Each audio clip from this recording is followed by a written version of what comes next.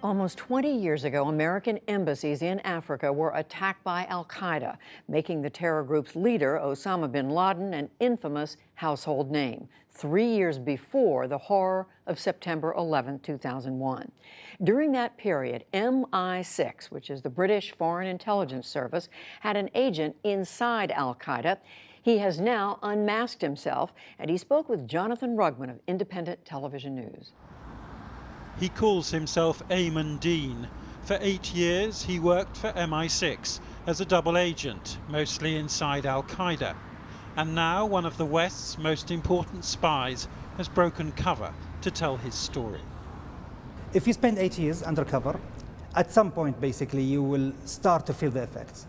In 1996, Ayman Dean underwent al-Qaida training in Afghanistan. The teenager from Bahrain had already fought as a jihadi in Bosnia.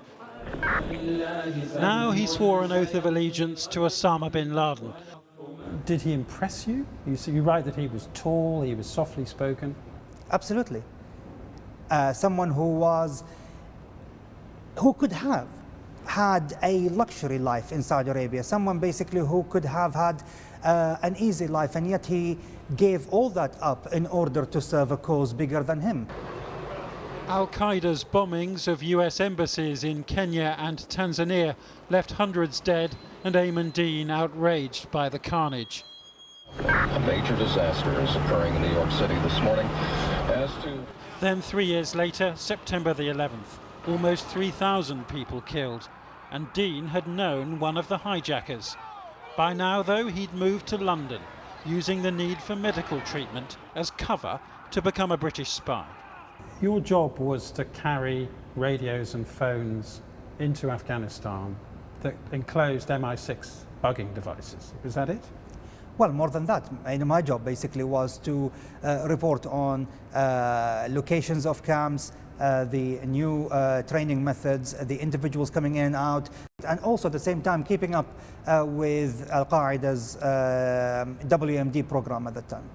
Well, if you were doing all that, why did an attack like September the 11th happen? If you wanted to stop 9/11, you have to have at least 12 spies inside al-Qaeda, and each one inside one of the different departments. Only then you could have stopped it. What was your biggest intelligence coup, as far as you're concerned, in terms of what you managed to prevent? Well, there were several. There was a plot to attack the New York subway with chemical weapons, a chemical device that was invented during my time, actually, in that specialist lab in Afghanistan. And I was reporting on it regularly to the UK Secret Services. He never visited MI6 headquarters. Before any meeting, he'd call his handlers from a series of phone boxes to be given a rendezvous and to allow spotters from MI5 to check he wasn't being followed. His spying career ended in 2006 during a boat ride on holiday in Paris. He was told the Americans had leaked details of his identity to a journalist. MI6 ordered him back to London. Do you have any lasting regret that you betrayed people whom you had become friends with? No. I did not betray a state. I betrayed a bunch of criminals, as simple as that.